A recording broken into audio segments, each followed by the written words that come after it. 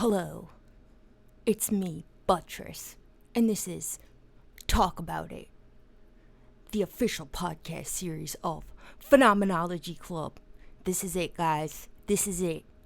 This is the upload where in 25 years, when I am running for supreme leader of the New World Order, also known as Pangea 3000, they will dig up this episode from the archives and say, we can't elect Buttress as supreme world leader of Pangea 3000. Look what this bitch said. Look what she said. But you know what? I'm from New Jersey, so I do what I want. How y'all doing? How y'all doing on this beautiful Sunday evening? Because it's Sunday. Did you know that? I say it's Sunday, so it's Sunday. It's actually not Sunday. And if you're listening to this not when it's happening, now you'll never, ever know when this actually happened.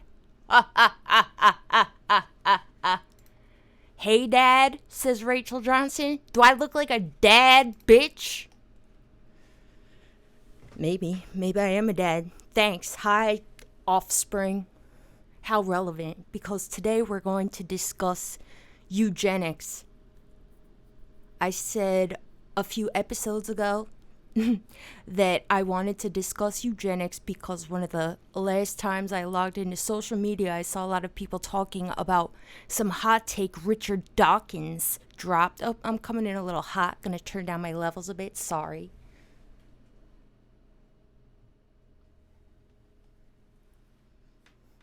Who's Beth, Renato? I know no Beth. My name is Bethany. Also, Bethany meaning house of poverty.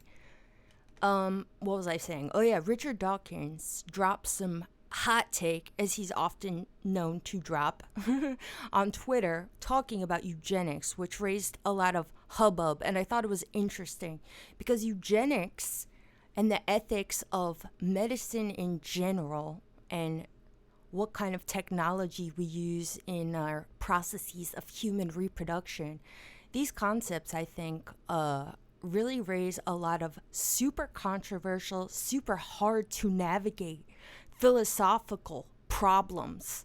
And I do not have a solution, but I do have some thoughts that I know many of my peers find to be scary. And they're scary to me as well. I'm going to share some of them with you. And you're going to use it to get me not elected as supreme world leader of Pangea 3000. But fuck it. Let's go for it. Let's do it. So let's use Richard Dawkins' tweet as our launching pad for tonight's discussion. I'm going to read the one. I think he had a series of tweets because, he was going on and on. But I'm going to read the one that, as far as I understand, was the source, the beginning of this controversy that arose on social media when he dropped it. Ready? This is from Richard Dawkins. This is what he said. He said, "It's one thing to deplore eugenics on ideological, political, moral grounds. It's quite another to conclude that it wouldn't work in practice. Of course it would. It works for cows, horses, pigs, dogs, and roses. Why on earth wouldn't it work for humans? Facts ignore ideology." Now, let me just say, first and foremost, I think Richard Dawkins is an asshole. I think he's racist and he's a provocateur. I think he's still high off of his glory days when people gave a fuck about listening to Christians and atheists fight on stages for hours on end about creationism. And we've all moved past that, thankfully. Not all of us, really. I mean, atheist YouTube is still doing it. They're never going to stop. They're just still going, having fun, debating the fucking creation myth with Christians all day long. Like, aren't you guys fucking bored? So I do not like Richard Dawkins. He sucks. And I think that he wants to still be this guy that people are like, whoa, how can you be out here obliterating people with your harsh truths, brah? So fuck him. And at face value too, this tweet I think just makes no real sense. for one, I mean, he says, it's one thing to deplore eugenics on ideological, political, moral grounds.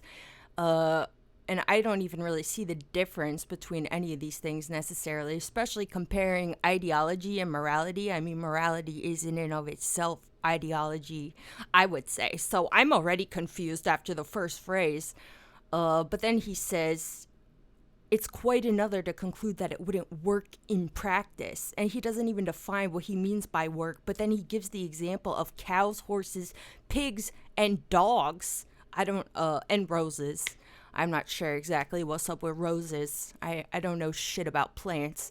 But all these animals that he lists, like, it's no secret to anybody that dogs out of, I think, any other species have the most health problems and the most genetically passed on diseases and shit because of all of the eugenics we have done with crossbreeding dogs and breeding dogs for this or that specific purpose, you know? So it's like, really, has this worked for any of these things? And all of the livestock that he mentions, these animals that we eat, it's like, did it really work for them? I mean, I don't think that they're like at their healthiest. I would imagine that they were much healthier before we decided to put them into these fucking factories and shoot them up with steroids and breed this one because it's bigger and fatter and all this, you know? So I don't really know what the fuck this man's is talking about, okay?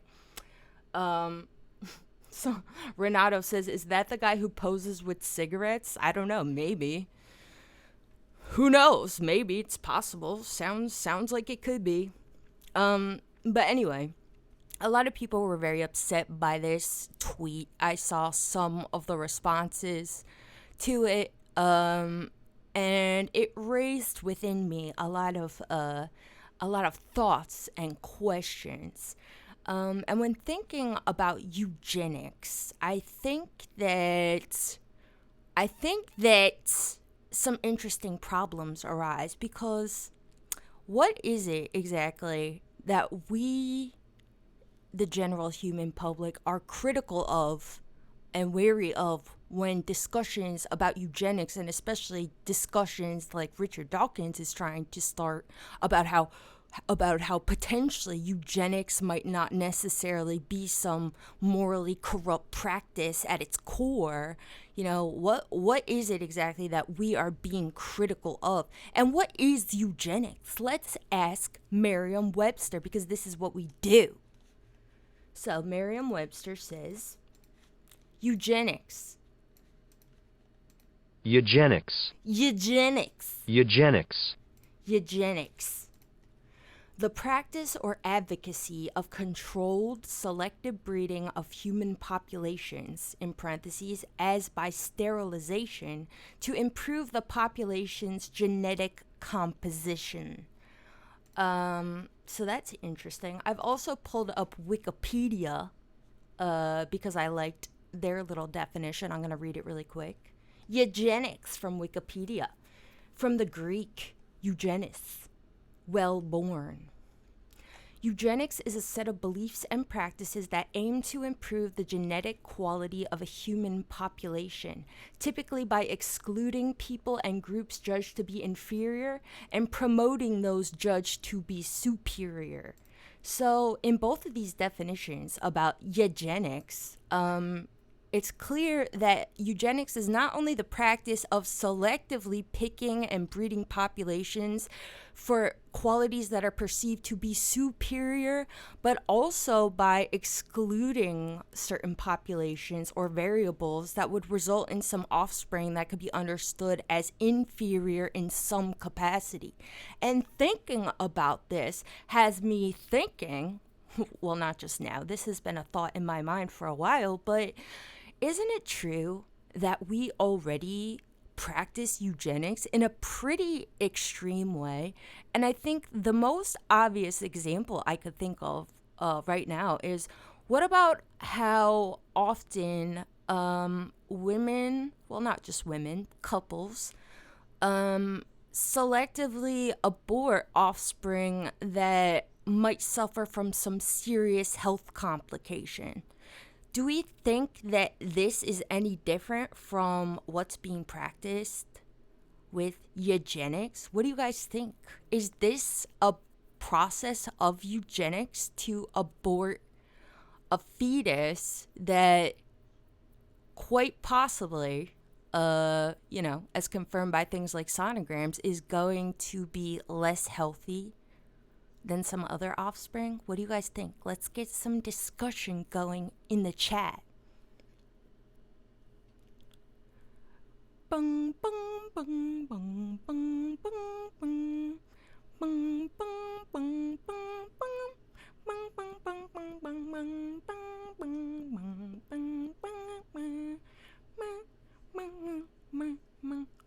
bung. What do you guys think, huh? Answer me. Say something, you fucking cowards. I'll tell you what I think. I think that there really is no core difference between aborting some fetus that you know might suffer from some health problem as it is to selectively breed for any other reason, But at the same time, I'm not saying that I necessarily mentally treat this practice with how I perceive eugenics as a historical thing and quote unquote institution in my mind. Edward says, yes, it's pretty similar. FCKU says, fuck.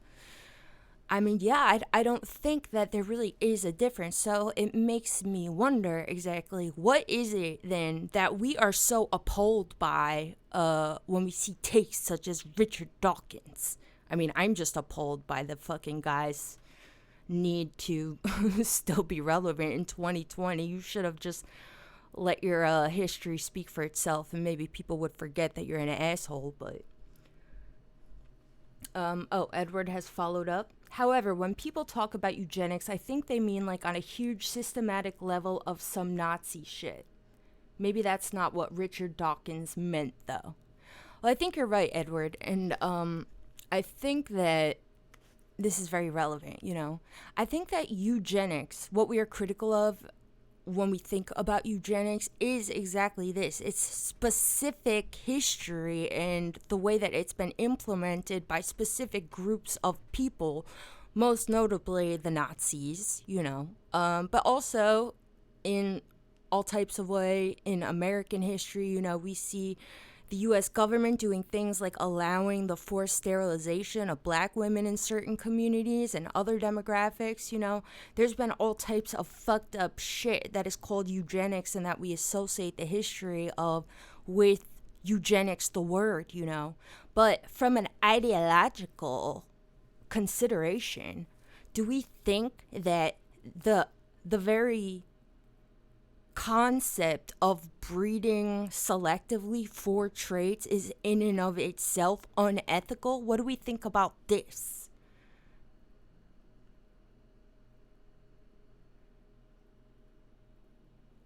Do we think that to breed selectively is in and of itself unethical? Renato again asks, is he the cigarette guy? He is the cigarette guy, lol. Please post this picture of the cigarette or a link to it because now I'm intrigued. But what do you guys think? Do you think that selective breeding is unethical? I mean, I personally think, like I just said, we are already balls deep in selective breeding. And in fact, from an evolutionary standpoint, which I'm sure somebody like Richard Dawkins really appreciates because I'm pretty sure he's one of these fucking, what are they called? Social Darwinist types, the fucking thinks that everything has its foundations in like evolutionary bullshit. But it's undeniable, I think, that historically humans reproduce for reasons that have very much to do with things like selective breeding. I'm going to reproduce with the Vin Diesel of my tribe because he is so brolic and manly and can protect our offspring. He also seems so virile. Actually, no, he's balding. Somebody else, I don't know. The guy who plays Aquaman, he has a lot of hair and he's brolic and so macho.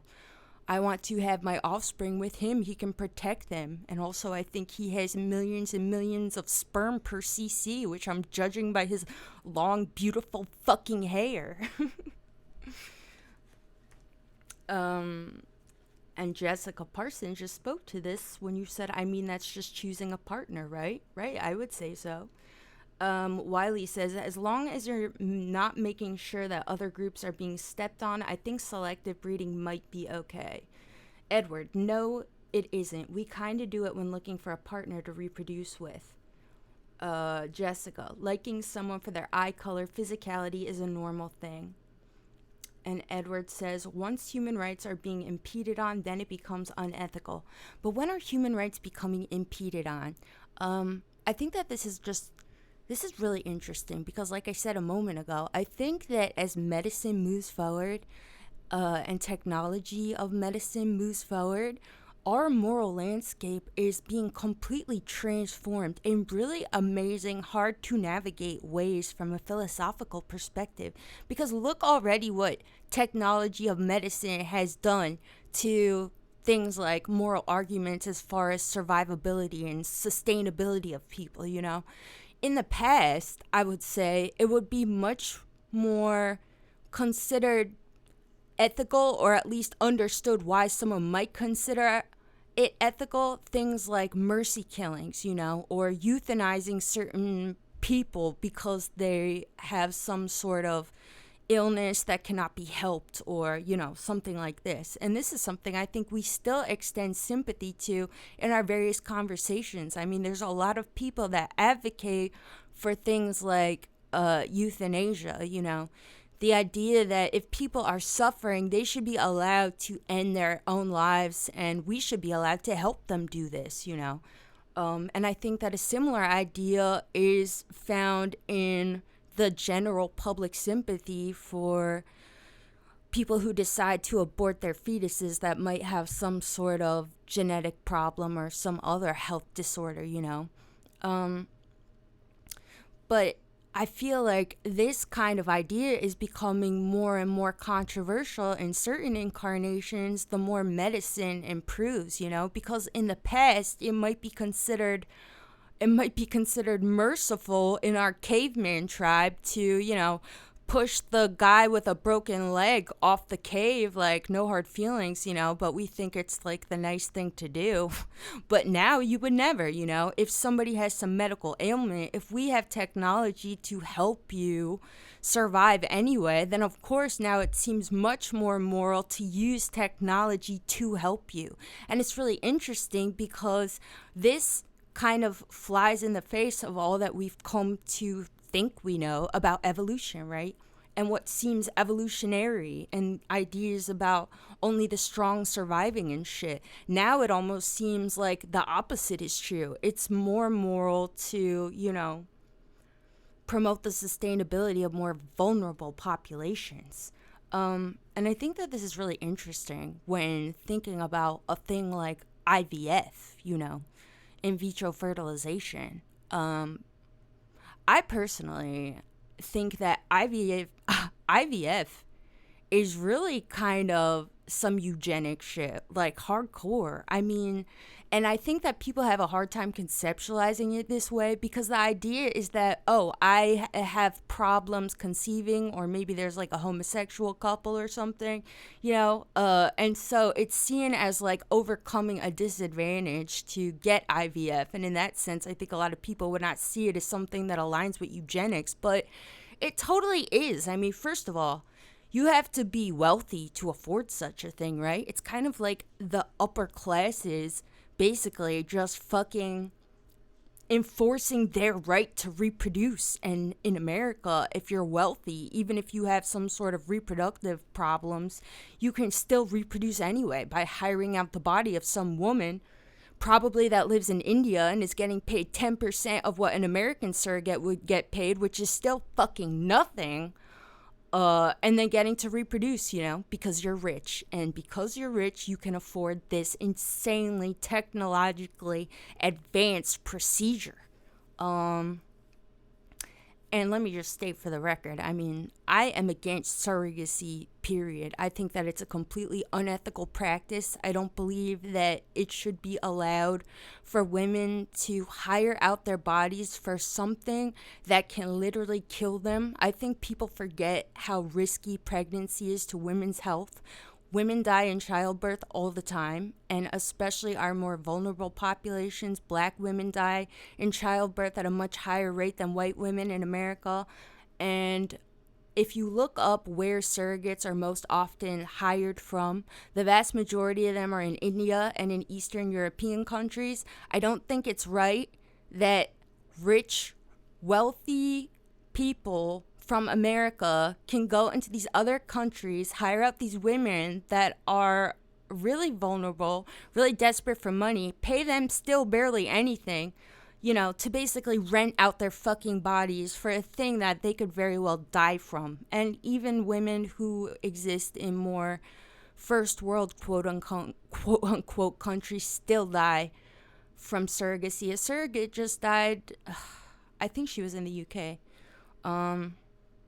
It happens. So that's my fucking hot take about surrogacy. So this is also why I'm against IVF. I think that I might be more open to it in another context, but the fact that it requires surrogacy, in many instances, I'm against. But I do think also that it's very, very classist. Fuck it, I said it. Wiley, how do these fucking videos always make me think I agree with shit like eugenics? Hey, nothing has been said yet. But where was I going before I went off into my surrogacy tantrum?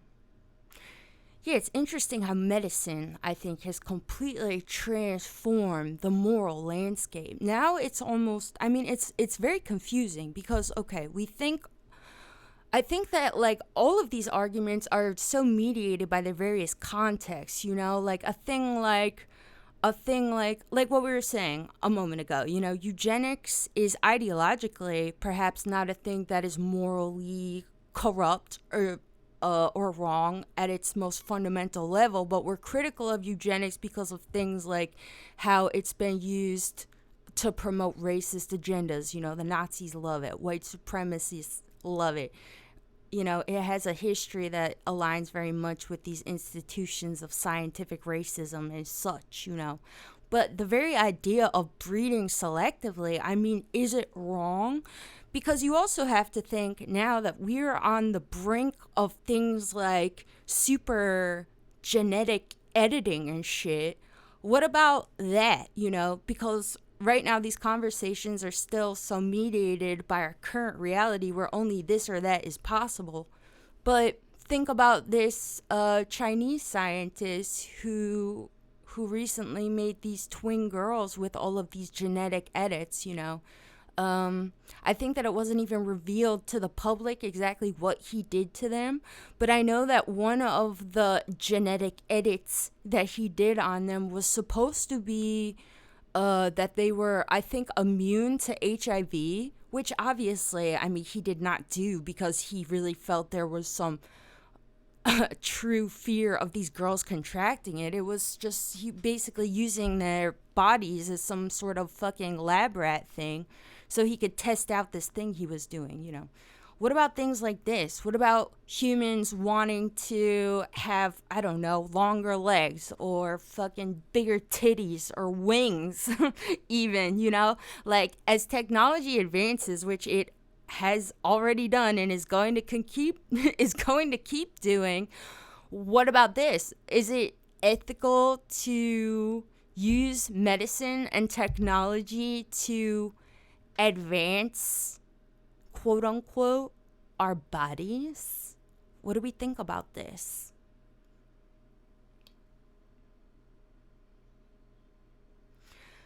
Because this is what I think.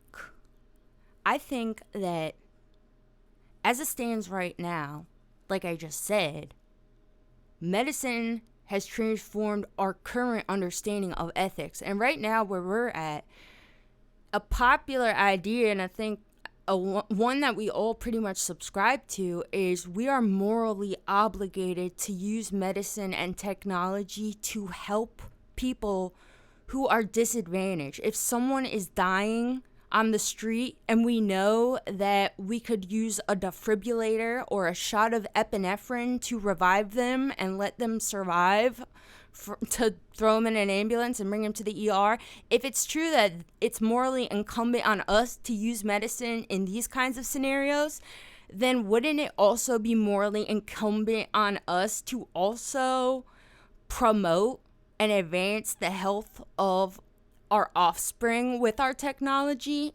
If it's our moral responsibility to use medicine in ethical matters to promote survivability, then wouldn't that also be true for future outcomes?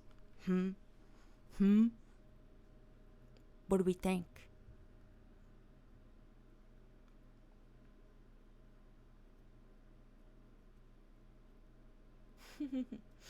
Wiley, where my big tittied winged bitches at?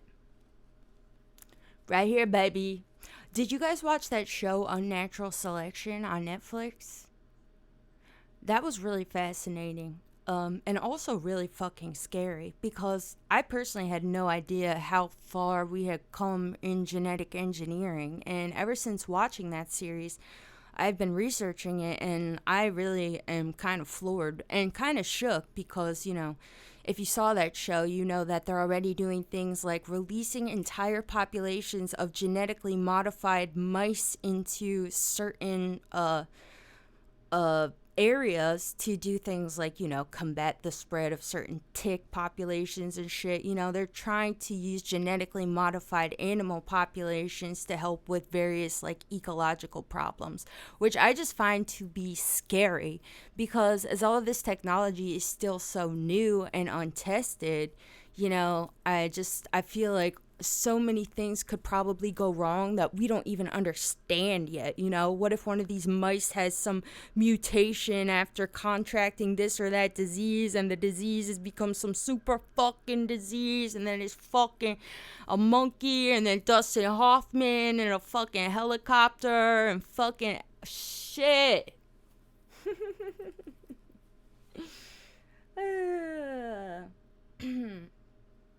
Wiley says eugenics is about raising the elite and oppressing the inferior, but we are able to improve the inferior with our medicines. Jessica, it's going in that direction, so we might as well hop on the train. Edward, well, if eugenics prevents only bad things from being passed on, sure, but doing eugenics probably prevents other things from being passed on along that way. I assume. I am no scientist.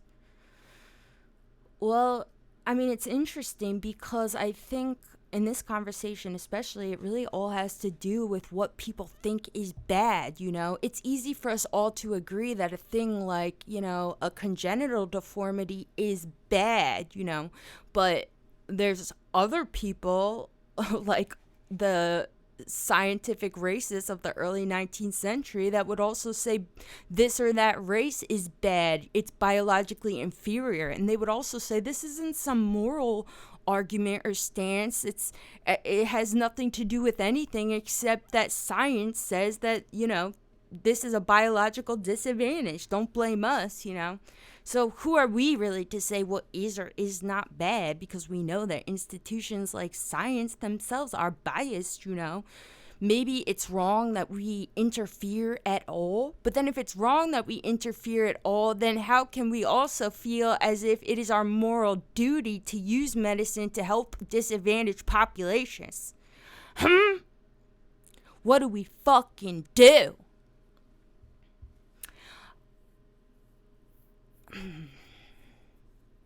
It's tricky. It's very tricky. Because on the one hand, yeah, if we're going to do things like allow for abortion when,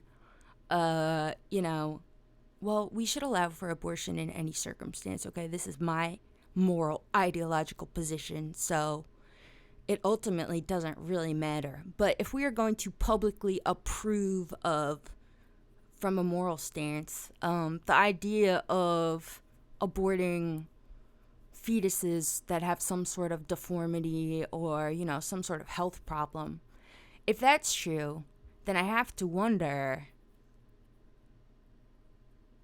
why. Because what's the justification? The justification is that this being will suffer, right?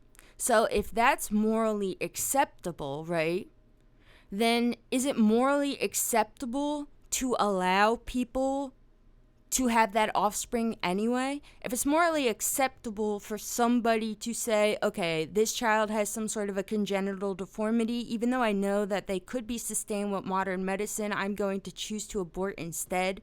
If that's morally righteous, let's say, then wouldn't it be morally wrong to allow people to say, actually, you know what? I know this child is going to have a deformity, but I'm going to have it anyway. This is where it gets really controversial, huh? Because both of these things can't be simultaneously true. But I think that as it stands right now, they're kind of considered to be simultaneously true. And why? Because ultimately, we are in a mode, I think, where basically the desire of the parents is ultimately seen as the thing that should be venerated, you know? And this is why I think, personally, we put so much, well, we don't, we're never really allowed to be critical of institutions like IVF, you know? And people will cry their fucking eyes out on television and stuff talking about how they had to do this or that IVF when I don't give a fuck, cancel me Pangea 3000, but it's like, dude, there's so many kids in the fucking world without parents. You think I'm gonna sit here and cry for you because you're wealthy ass, like, fucking $50,000 IVF procedure is having complications? I don't give a fuck. I think you're kind of a sociopath, but this is kind of where we're at right now. And I think where we've always been at, upholding this social norm and ideal that it is everybody's God-given right to reproduce, you know, and especially women, because this is our role as women in the world, right? This is my one thing I was born to do, to have a fucking baby. So, of course, people are going to justify whatever I need to do to have my own baby, even if it's paying thousands and thousands of dollars to get this incredibly advanced medical procedure that I can afford because I am wealthy and affluent in the United States of America, you know. I mean, I try to understand how I can, like, access a viewpoint where I feel sad when I just see these people crying about IVF and shit, but I don't. I'm like, dude, you would rather go through all this shit than just fucking adopt a kid. And we know for a fact that there's so many fucking kids without parents. Like, what are you doing? I don't think that shit should I don't think that shit should be legal. That's how I feel. But it's because of our contextual reality, you know. I think that if it were not true that there were thousands and thousands of children in foster care and thousands of children without parents, and perhaps we had some sort of reproduction crisis where, you know, we needed IVF to reproduce.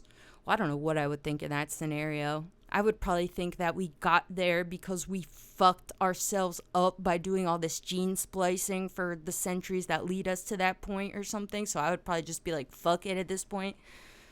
But, yeah.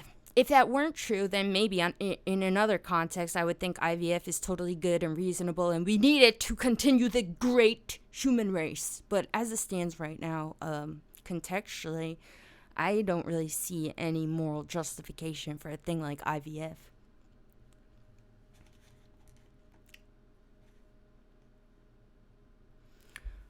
What are you guys talking about? If someone wanted autism to not be passed on, would that be morally or ethically wrong? Well, that is a really interesting question. And also one that I think brings us back a little bit to a moment ago when we're thinking about things like what is bad, what is considered bad, and for what reasons, you know. Someone else just said, is autism genetic anyway? I mean, I'm not a scientist either, you know, but I I don't like to get conspiratorial, okay? But if I get conspiratorial on any topic, I would say maybe it's my feelings about autism, where I feel as if maybe autism itself is some sort of evolutionary mutation, you know? Because really, a lot of our autistic population, I think, has really traits that could be understood as super desirable, you know? I mean, look at autistic savants. Like, the kind of computational abilities these people have is just incredible, you know? But we also know that evolution is not really necessarily an intentional or conscious process, and evolution misfires all the time. Populations have had evolutionary mutations where the mutation ended up hurting them, you know? So it stands to reason that these kinds of things can still exist in human populations. And I didn't make this up either. Well, I actually did make it up, and then I Googled it to see if anyone else thought the same thing. And there are scientists that are pursuing this theory, okay? So it's not totally stupid. But, shit. I'm open to the idea, you know? Because why is the prevalence so high and, you know, I'm not a scientist. I'm not even going to go that way. But it's an interesting question, Edward, you know, asking, is it, if you knew that your child had autism, is it morally right or wrong to abort? What do you guys think about that?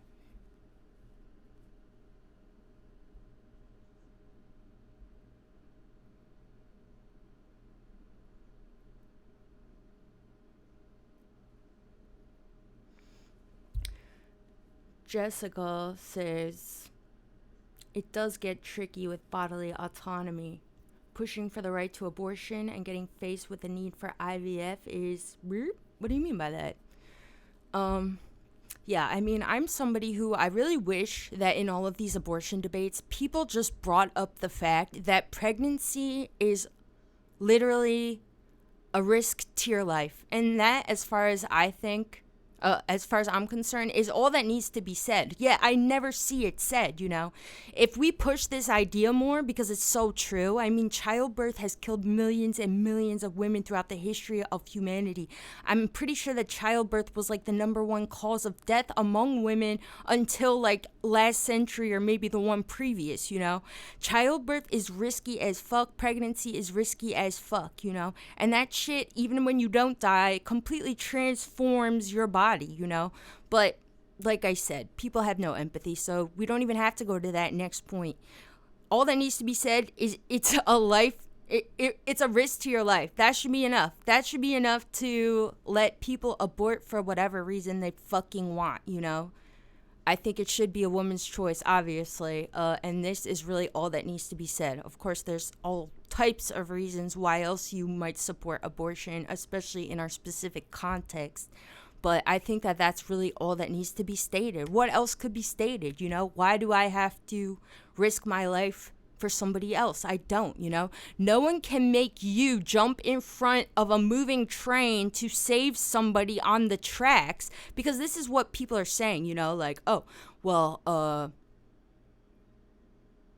it doesn't matter. Let me continue. Nobody can make you push somebody off of a train platform with a train moving towards you guys on the tracks, even if maybe you could both survive, even if it seems like you probably could both survive. Nobody's gonna hold it against you or criminalize you for not getting on that fucking train platform and saving this person. That's how we should think about abortion, you know? It might be true that, yeah, like maybe there seems like a good possibility that I'll survive, I'll be fine, but the fact remains that I can die, so I should not be criminalized for choosing not to participate in this thing. Case fucking closed. Jersey. Caitlin, I don't think there is a need for abortion just because your child is autistic, but I mean, if someone were to do it, I don't know if I'd be mad or anything.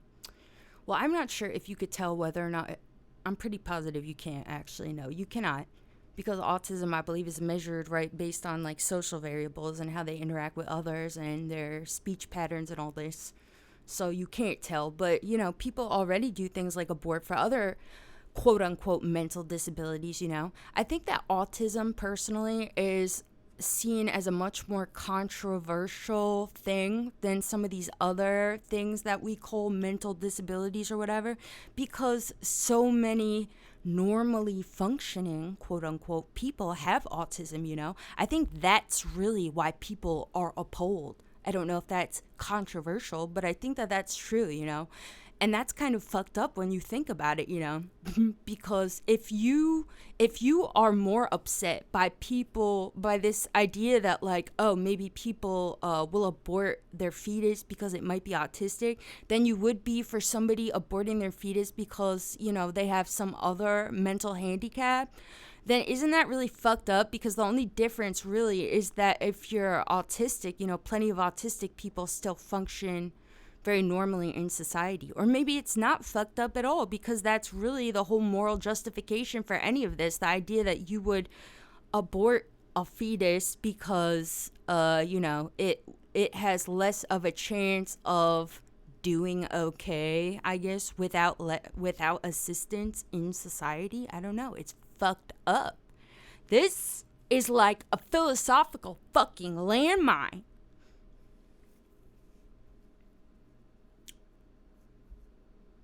Yes, just like Jessica just said. Also, the autism spectrum is so broad, includes those with very low functioning as well as people with Asperger's. Yeah, I mean, I personally think that the spectrum is way wider than it probably will end up being in the realm of clinical diagnosis. I think that as time goes on, because really autism is only a thing that has been named and researched within the past, I don't know how many years. I imagine that the classification systems that exist for it will change dramatically. And I suspect that a lot of people on the autism spectrum really have nothing in common. I think that right now, psychiatry and psychology as institutions really are held to no meaningful standard at all. Fuck it. They just like suck. They both still have so much pseudoscience within them.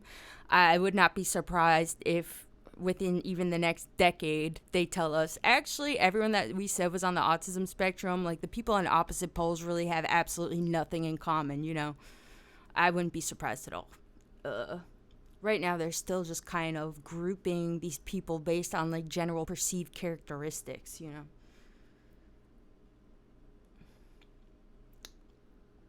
Yeah, Edward. Edward says, okay, maybe not autism, but what about Down syndrome? There are functioning, quote unquote, people with Down syndrome. Exactly. I think that Down syndrome is just generally seen by the public as a thing that is more of a handicap, and this is why people would probably be much more empathetic with a couple that chooses to abort if they find out that their fetus has Down syndrome versus if they find out their fetus has autism, because autism is much more prevalent and we see a lot of more functioning, quote unquote, people with autism, but I think that's also just due to social stigma and taboo, because I think a lot of people probably don't even realize that a lot of people with Down syndrome do things like live totally on their own and are self-sufficient, and some of them even raise their own families. So this has very much to do with, I think, social stigma and taboos too. And this is why we have to talk about the underlying ideology. So it's been about 43 minutes. I'm not going to go much longer. But to conclude, I think that this is really something that is not really well defined or articulated in any meaningful way as it stands right now. What is our moral obligation as humans as far as it relates to things like medicine, because I think that the dissonance arises from multiple things appearing to be simultaneously true. On the one hand, we still foster this attitude where we feel as if it is morally acceptable and perhaps even morally righteous to not to basically not bring people into the world that we know, or as close to definitively knowing as you can get, that we know will likely suffer for this or that reason, right? But at the same time, we also feel as if it is morally wrong to not put all of our best efforts into using medicine to promote the survivability and sustainability of these same exact populations, you know? So how can both of these things be simultaneously true? What are we really promoting here, if not what seems like to me in this moment some really nebulous kind of ill-defined moral relativism, subjectivism, really, you know, the idea that, well, whatever the parent wants or whatever this person wants or whatever's right for you is right. Is that really all we have to go on? I feel like, especially as things like genetic engineering become more and more complex, and are being utilized more and more, that we should really try to form some sort of premises that we can use to look to when all types of problems will arise, undoubtedly, because they will very soon, you know. And I think that if we don't start delineating some sort of clear arguments and what we think exactly, then we're fucked.